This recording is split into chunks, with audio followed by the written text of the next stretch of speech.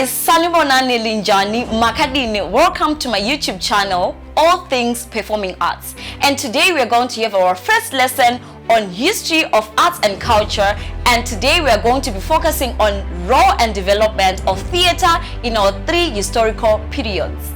So if you're new here, please subscribe to my channel.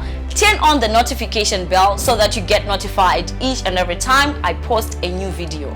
So today our lesson is going to be on role and development of theater in our 3 historical periods, which are pre-colonial period, colonial period, and post-colonial period.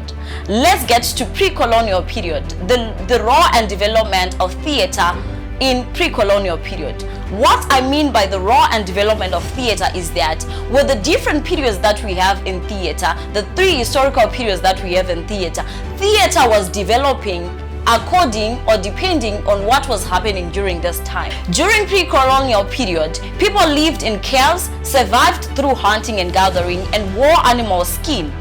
Can we say theater did not exist? No, it existed, but things that did not exist during this period were things like script that were introduced by the British people when they colonized Zimbabwe. People spent time tilling the land, they spent time doing labor, they spent time doing storytelling, and they also practiced ritual ceremonies like Kuroba Guva, which is also called Umbuyiso in Ndebele, Bira, and rain-making ceremonies or Mukwerera. These were some of the ritual ceremonies that they did, and they did them in form of theatrical productions or plays. So we cannot say theater did not exist during pre-colonial period. Now let's move on to colonial period. Colonial period, which happened from 1888 up to 1980. That is when Zimbabwe was colonized by the British people. British people came in Zimbabwe, introduced several things that we are now doing and that we did during the colonial period. What happened during the colonial period was the indigenous performance was banned because they termed it as uncultured and uncivilized, which means that the theatrical productions that were performed during colonial period was that of white dominance. It was all about the whites' beliefs, the whites' way of living, which was Christianity.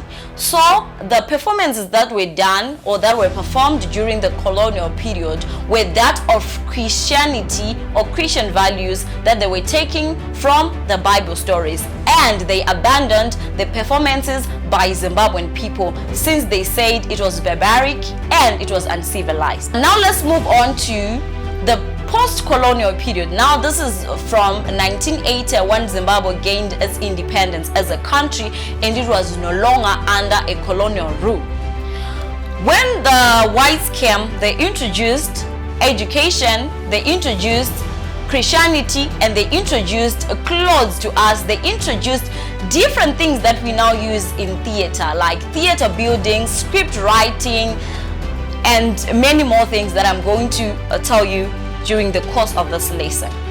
So now in post-colonial period, Zimbabwe was now independent. We had gained our freedom. So people started writing scripts because when the whites came during the colonial period, they introduced a reading and writing, which is under education. We can now write our own scripts. We can now read our own scripts, and we can now do our own theatrical productions without being limited by the white rule. So let's talk about the theater companies that we have in Zimbabwe. I'm just going to name a few. We have Rooftop, we have Theater in the Park, we have Chipao. We see with the post-colonial period, there was a formation of these theater companies due to the restrictions that were removed when we gained our independence. We now have theater buildings, we now have scripts, we now have costumes, because in theater when you're acting you have to wear a certain costumes that symbolize the character that you are playing so that the play looks real, since it's the representation of reality. We call it realism in theater. So this information that I'm giving you, I took it from a grade 3 book, which means this lesson is for grade 3, but it's not for grade 3 only. It can also benefit all the grades that we have from grade 1 up to grade 7, so that they understand the historical periods that we have in theater.